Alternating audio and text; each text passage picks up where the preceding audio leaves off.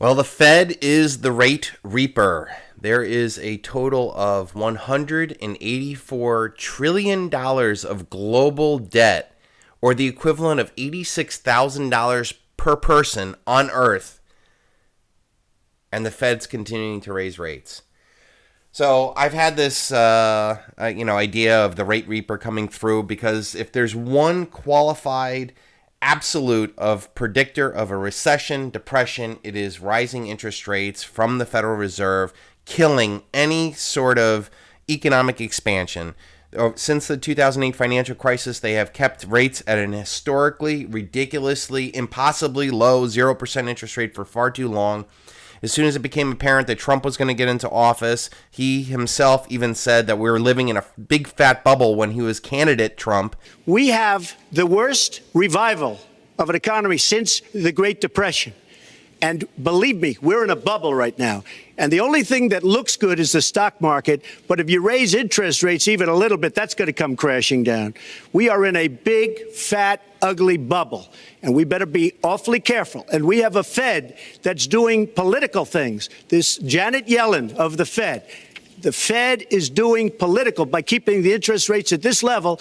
And believe me, the day Obama goes off and he leaves and he goes out to the golf course for the rest of his life to play golf, when they raise interest rates, you're going to see some very bad things happen because the Fed is not doing their job. The Fed is being more political than Secretary Clinton.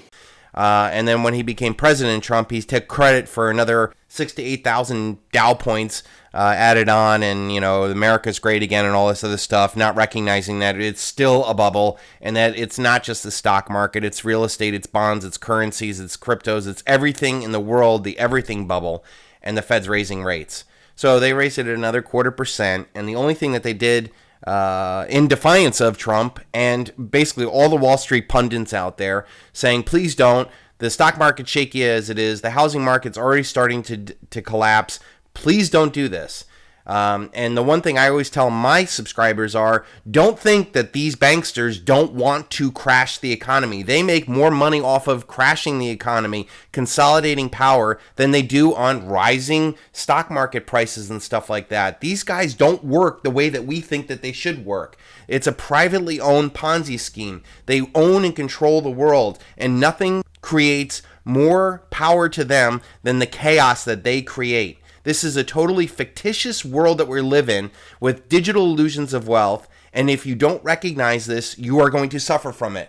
2008 was a wake-up call for me to realize that things that cannot go on forever won't, and it's vital that you get out of these digital illusions of wealth and into real tangible wealth, because when this one ends, it's not going to be like 2008 where we had institutional crisis that got bought up and paid out, bailed out by taxpayers. This will be a global crisis, one that I think will end up leading to a world war, which is the intent of these Anglo-American Zionist bankers to try to do what they did in the World War II to essentially wipe out all the economic competitors and have our armies march around and all that other stuff. And I don't think that they can do that, but or be successful this time around, considering that we now live in a nuclear age.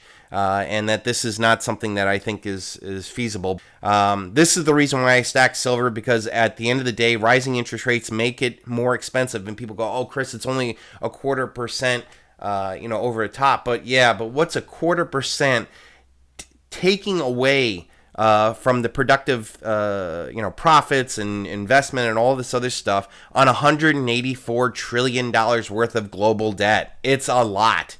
And it's right now even more than the economy, I think, can handle. I mean, we're living in a complete digital illusion. And that's just if you equally spread it out over the world. In places like Chicago, where the pensions, in order to keep them solvent, every Chicago citizen has to pay $120,000 worth of debt that they don't have. Everybody's broke.